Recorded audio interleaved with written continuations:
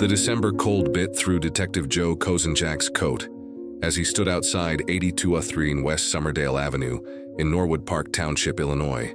It was December 21st, 1978, and what had started as a missing person case was about to become one of the most horrific discoveries in American criminal history. Inside the modest ranch house, the smell was overwhelming. Workers in hazmat suits emerged carrying body after body from the crawl space beneath John Wayne Gacy's home. 26 victims would eventually be pulled from that dark, cramped space, 3 more from other areas of the property. The final count would reach 29 bodies buried on Gacy's property alone. But this wasn't just about numbers. Each body represented a life cut short, a family destroyed, a community shattered. Robert Peast, the 15-year-old whose disappearance had led police to this house, wasn't among those found in the crawl space. His body would be discovered days later in the Des Plaines River, along with 4 other victims Gacy had disposed of when his burial ground became too crowded. As news crews gathered and neighbors watched in horror, one question echoed through the frigid Chicago air. How had John Wayne Gacy, a man known in his community as a successful contractor and children's entertainer who dressed as Pogo the Clown, managed to kill at least 33 young men and boys while maintaining the facade of respectability for nearly a decade? The answer lay buried not just in that crawl space, but in the twisted psychology of a man whose childhood trauma and deep-seated rage had transformed him into one of America's most prolific serial killers. Thanks for watching. If this case already has you intrigued, don't forget to like this video, subscribe, and turn on notifications so you don't miss what's coming next. What other true crime stories would you like us to cover? Drop your requests in the comments. John Wayne Gacy Jr. was born on March 17, 1942 in Chicago, Illinois, into what appeared to be a typical American family.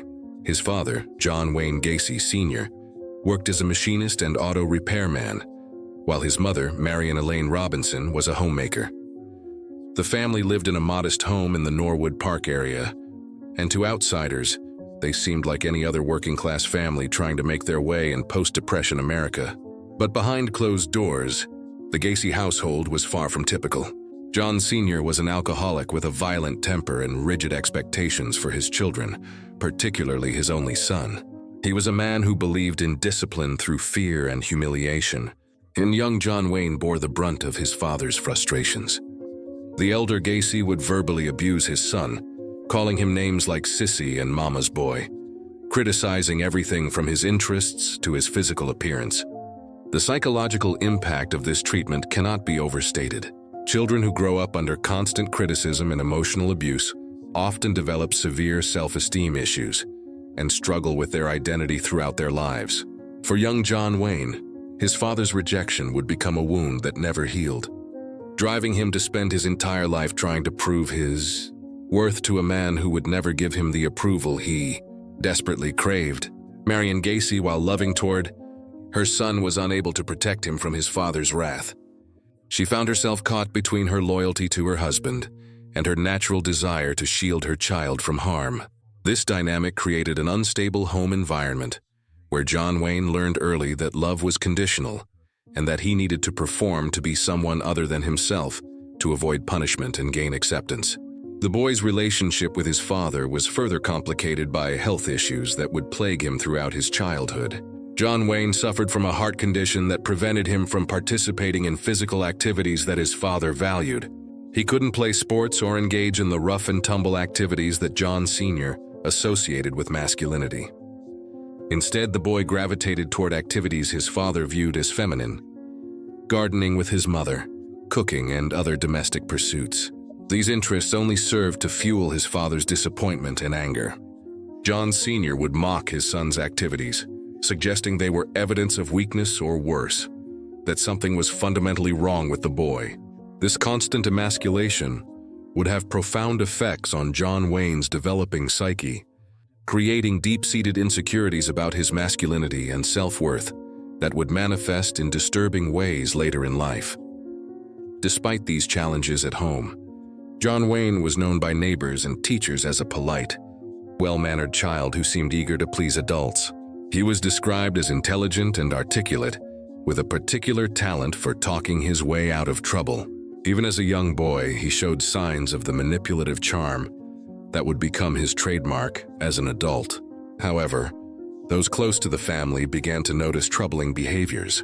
John Wayne would sometimes lie about small things for no apparent reason, and he showed an unusual interest in controlling situations and people around him.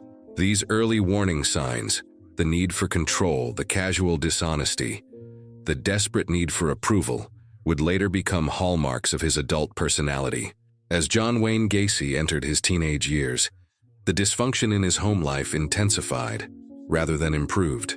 His father's drinking had worsened, and with it, his verbal and emotional abuse became more frequent and more vicious.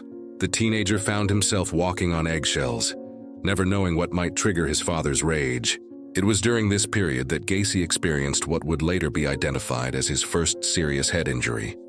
At age 11, he was struck in the head by a swing, resulting in a blood clot on his brain that went undiagnosed for several years.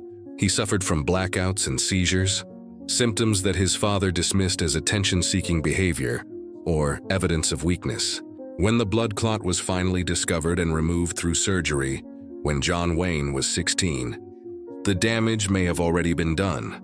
Medical experts have long debated the connection between head injuries and violent behavior. While not all people who suffer brain trauma become violent, research has shown that damage to certain areas of the brain, particularly the frontal lobe, which controls impulse control and decision-making, can contribute to aggressive and antisocial behavior. In Gacy's case, the combination of severe psychological abuse and potential brain damage created a perfect storm for the development of violent tendencies. High school presented new challenges and opportunities for the troubled teenager. Academically, Gacy was capable but unfocused. He was more interested in the social aspects of school, particularly in finding ways to gain the acceptance and admiration he couldn't get at home. He became involved in student politics and various school activities, showing early signs of the public persona he would later cultivate as an adult. It was also during his high school years that Gacy began to experiment with his sexuality, though he would struggle with and deny his attractions for most of his life. Growing up in the 1950s, homosexuality was not only socially unacceptable, but was considered a mental illness and in many places a criminal offense. For a young man already struggling with his father's accusations of being feminine or weak, any attraction to other males would have been a source of tremendous shame and internal conflict. This sexual confusion was compounded by his desperate need to appear normal and masculine in the eyes of his father and society. Gacy began dating girls and talking about his romantic conquests, but those close to him would later recall that these relationships seemed forced and performative rather than genuine. After graduating from high school in 1960, Gacy's relationship with his father reached a breaking point. Following a series of increasingly violent confrontations, John Wayne made the decision to leave Chicago and start fresh somewhere else. He moved to Las Vegas, Nevada, where he took a job as a mortuary attendant, a position that would later take on disturbing significance given his future crimes. Working in a mortuary exposed the 18-year-old to death and dead bodies on a daily basis. For most people, such work would be emotionally challenging and potentially traumatic. For Gacy, however, it seemed to have the opposite effect. He appeared comfortable around corpses, even spending time alone with bodies after hours. There were later reports that he had slept in the mortuary and had shown an unusual interest in the embalming process. After several months in Las Vegas, Gacy returned to Chicago, though the reasons for his return were never entirely clear. Some accounts suggest he was homesick, while others indicate he may have gotten into some kind of trouble in Nevada. Whatever the reason, his return home meant once again facing his father's disappointment and criticism. Back in Chicago, Gacy enrolled in Northwestern Business College, pursuing a degree in business administration.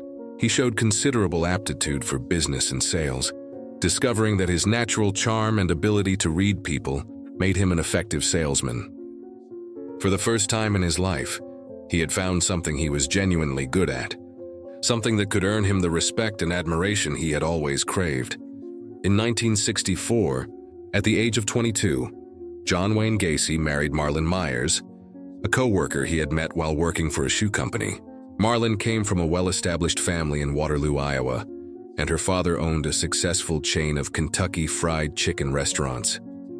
The marriage represented everything Gacy had always wanted: respectability, social status, and acceptance into a successful business family.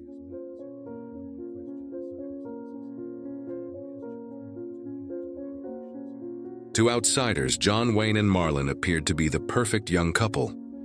He was charming, ambitious, and hardworking, while she was attractive, well-educated, and from a good family. When Marlon's father offered Gay a management position with his KFC franchise, it seemed like the young man's life was finally on the right track. The couple moved to Waterloo, where Gay threw himself into his new role with characteristic intensity. He worked long hours, learned every aspect of the restaurant business, and quickly earned a reputation as an effective manager. He was particularly skilled at marketing and promotion, organizing community events and charity fundraisers that brought positive attention to the business and to himself. It was during this period that Gay first became involved in local politics and community organizations. He joined the Waterloo JCs, a civic organization for young businessmen, and quickly rose through the ranks to become a local officer. He organized charity events, participated in parades, and made himself visible in all the right social circles. But even as Gay was building his public image as a respectable businessman and community leader, there were signs that all was not well beneath the surface. Employees at the restaurant would later recall that he could be volatile and unpredictable, flying into rages over minor issues and then switching back to his charming persona without warning. Some also reported that he made inappropriate comments and advances toward young male employees. In 1966, Marlon gave birth to their first child, a son they named Michael. A daughter, Christine, would follow 2 years later. Gay seemed to enjoy his role as a father, at least publicly. He would bring his children to company events and spoke proudly of his family to business associates. However, those closest to the family began to notice that his relationship with his children was somewhat detached and performative, as if he were playing the role of a father rather than actually being one. The demands of fatherhood also seemed to exacerbate some of Gay's existing psychological issues. He became increasingly controlling and jealous, monitoring Marlon's activities and becoming suspicious of her interactions with other people. He also began drinking more heavily, though he was careful to maintain his public image of respectability. It was around this time that Gay's secret sexual activities began to escalate. While maintaining his marriage and public image as a heterosexual family man, he was secretly engaging in sexual encounters with young men, often employees or acquaintances from his business and civic activities. He would use his position of authority and his natural charm to manipulate these young men into sexual situations, often plying them with alcohol first. The psychological toll of living this double life was enormous. Gay was constantly torn between his public persona and his private desires, between his need for social acceptance and his sexual compulsions. This internal conflict manifested in increasingly erratic behavior and mood swings that those around him couldn't help but notice. The first indication that John Wayne Gay was capable of serious criminal behavior came in 1968, when he was charged with sexually assaulting Donald Voorhees, the 15-year-old son of a fellow JC member. The charges were serious: sexual assault and sodomy of a minor, and they threatened to destroy everything Gay had worked to build. The details of the case were disturbing. According to the victim's testimony, Gay had lured the teenager to his home under the pretense of showing him construction work he was doing. Once there, he had given the boy alcohol and then sexually assaulted him. When Donald threatened to tell his father, Gacy had attempted to intimidate him into silence. But the assault was just the beginning of Gay's criminal behavior. When word of the charges began to spread through the close-knit Waterloo community, Gay embarked on a campaign of intimidation and harassment designed to discredit his accuser and protect his reputation. He hired an 18-year-old employee named Russell Schroeder to physically assault Donald Voorhees, paying him $300 to beat up the boy and discourage him from testifying. The attack on Donald was brutal. Schroeder and an accomplice ambushed the teenager, beat him severely, and threatened to kill him if he testified against Gay. However, their plan backfired when Schroeder was arrested and eventually confessed to being hired by Gay to commit the assault. This revelation added new charges against Gay: conspiracy to commit assault and intimidation of a witness. The case against him was now overwhelming, and his carefully constructed life began to crumble. The Waterloo community, which had once embraced him as a rising young businessman, now saw him as a predator and a criminal. Marlon, faced with the reality of who her husband really was, filed for divorce. She took their 2 young children and moved away, effectively cutting Gay off from his family. The divorce was devastating for Gay, not just emotionally, but also because it stripped away a crucial part of his public persona. He could no longer present himself as a devoted family man. On December 3, 1968, John Wayne Gay was sentenced to 10 years in prison at the Iowa State Reformatory in Anamosa. For a man who had spent his entire adult life carefully crafting his public image, the humiliation of being exposed as a sex offender and sent to prison was almost unbearable. However, even behind bars, Gay's manipulative nature served him well. He quickly established himself as a model prisoner, volunteering for extra work details, participating in educational programs, and ingratiating himself with the prison staff. He cooked for fellow inmates, managed the prison's kitchen, and even organized entertainment events. His behavior in prison was so exemplary that he was granted parole after serving just 18 months of his 10-year sentence. To the parole board, he appeared to be a man who had learned from his mistakes and was ready to rejoin society as a productive citizen. They had no way of knowing that they were releasing someone who would become one of America's most prolific serial killers. In June 1970, John Wayne Gay was released from prison and returned to Chicago, where he moved in with his mother. His father had died while he was incarcerated, a death that reportedly affected Gay deeply, not because of grief, but because it meant he would never have the chance to win his father's approval and respect. The Chicago that Gay returned to was a different city from the one he had left. The social upheaval of the 1960s had changed many attitudes, particularly around sexuality and traditional family structures. However, for a registered sex offender trying to rebuild his life, opportunities were limited. Gay initially struggled to find steady employment due to his criminal record. He worked a series of odd jobs and temporary positions while trying to figure out his next move. It was during this period that he began to develop the skills and connections that would later make him successful in the construction business. In 1971, Gay married again, this time to Carol Hoff, a divorce with 2 young daughters. Carol had known Guy before his imprisonment. They had dated briefly in high school, and she was willing to give him a second chance. The marriage provided Gay with another opportunity to present himself as a reformed man and a devoted family man. The couple purchased a home at 8213 West Summerdale Avenue in Des Plaines, a middle-class suburb northwest of Chicago. The house was a modest ranch-style home on a quiet residential street, exactly the kind of place where a man trying to rebuild his reputation would want to live. It was also the house that would later become known as one of the most infamous crime scenes in American history. Gay threw himself into home improvement projects with characteristic intensity, personally overseeing extensive renovations and additions to the property. He built a patio, installed a swimming pool, and made numerous modifications to the interior. These projects served multiple purposes. They allowed him to learn construction skills that would become his profession. They gave him a legitimate reason to explain away any unusual odor or disturbances on the property, and they provided him with the perfect cover for his future crimes. In 1972, Guy started his own construction company, PDM Contractors. The initials stood for painting, decorating, and maintenance. He had discovered that he had a genuine talent for construction work and business management, and his company quickly gained a reputation for quality work and competitive prices. The business became Gay's primary source of pride and identity. He was no longer just an ex-convict trying to rebuild his life. He was a successful businessman and employer.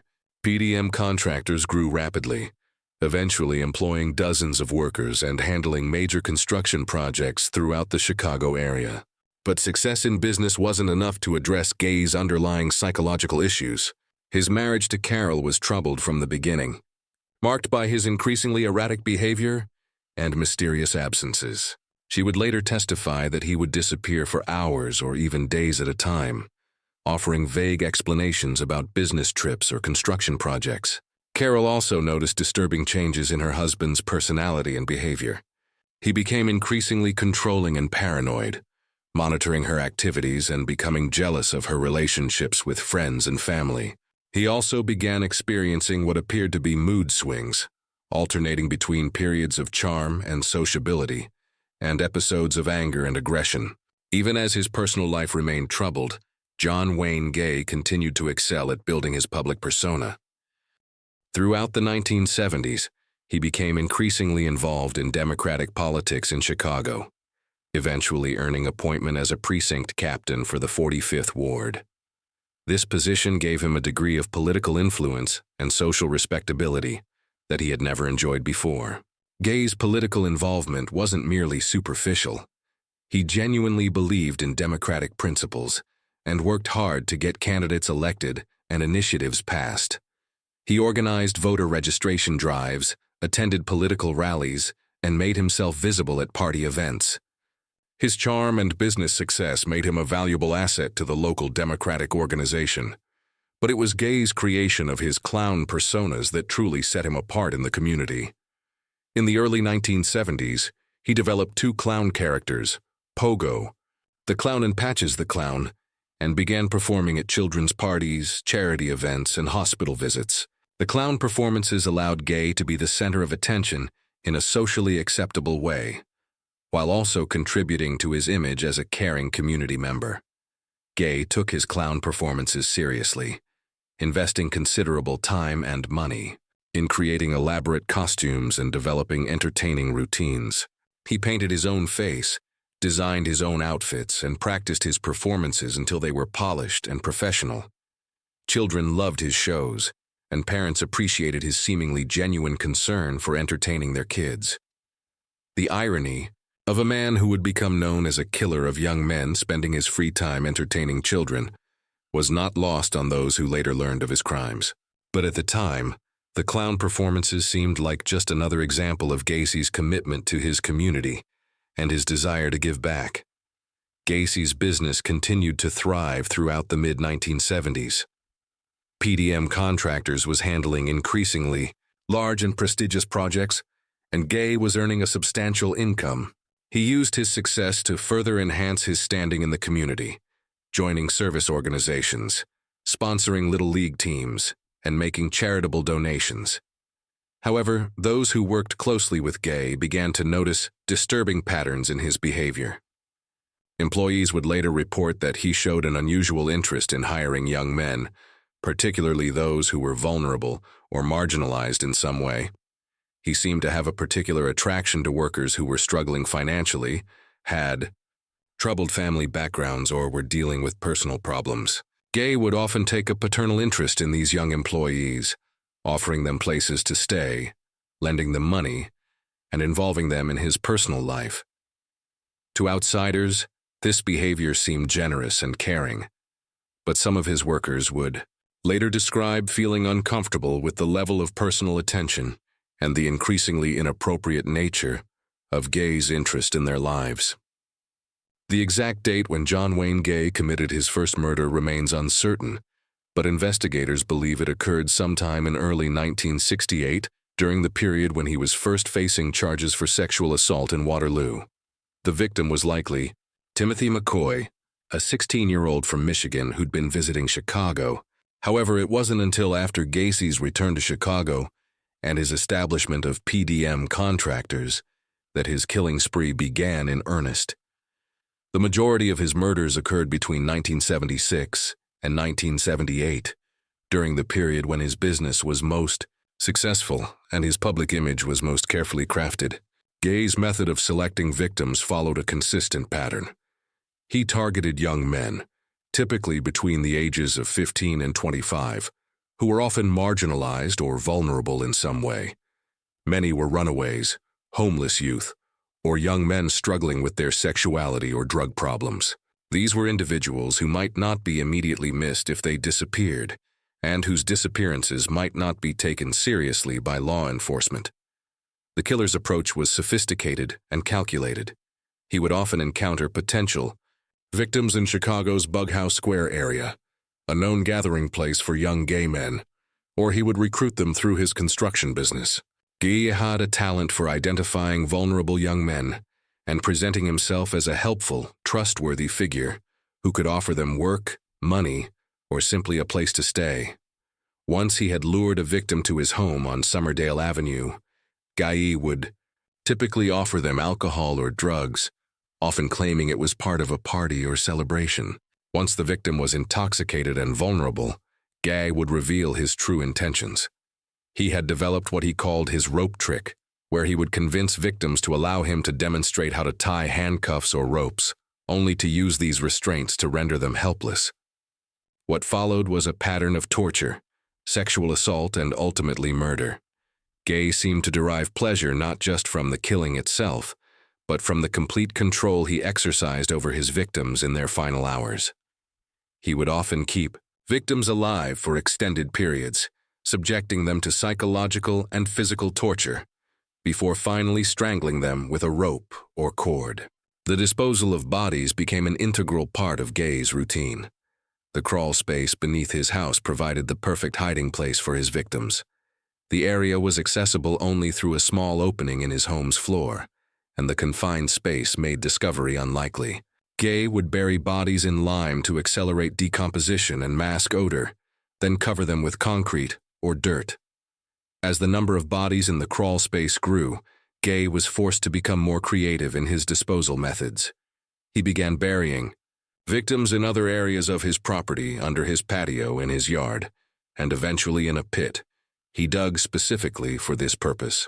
When even these locations became full, he began dumping bodies in the Des Plaines River and other waterways around Chicago. Each of John Wayne Gacy's 33 confirmed victims was someone's son, brother, friend, or loved one. They were not just statistics in a horrific crime spree. They were individuals with their own hopes, dreams, and stories that were cut tragically short. Among the identified victims was John Bakovich, a 17-year-old who had worked for Guy's construction company. John had been having disputes with Guy over unpaid wages when he disappeared in July 1975. His parents, desperate for answers, even went to Guy's house to confront him about their son's disappearance. Guy calmly denied knowing anything about John's whereabouts, all while the teenager's body lay buried beneath the very floor where they stood. Robert Past was just 15 years old when he became Guy's final victim, in December 1978. Robert was working at a pharmacy in Des Plaines when Guy came in to discuss a potential construction project. The teenager mentioned to his mother that he was going to see a contractor about a job that might pay better than his current position. Those were the last words his family would ever hear from him. Gregory Godzik was another young man whose life was stolen by Guy. At 19, Gregory was working for PDM contractors and had been living at Guy's house. When he disappeared in December 1976, Guy told other employees that Gregory had run off to pursue opportunities in another state.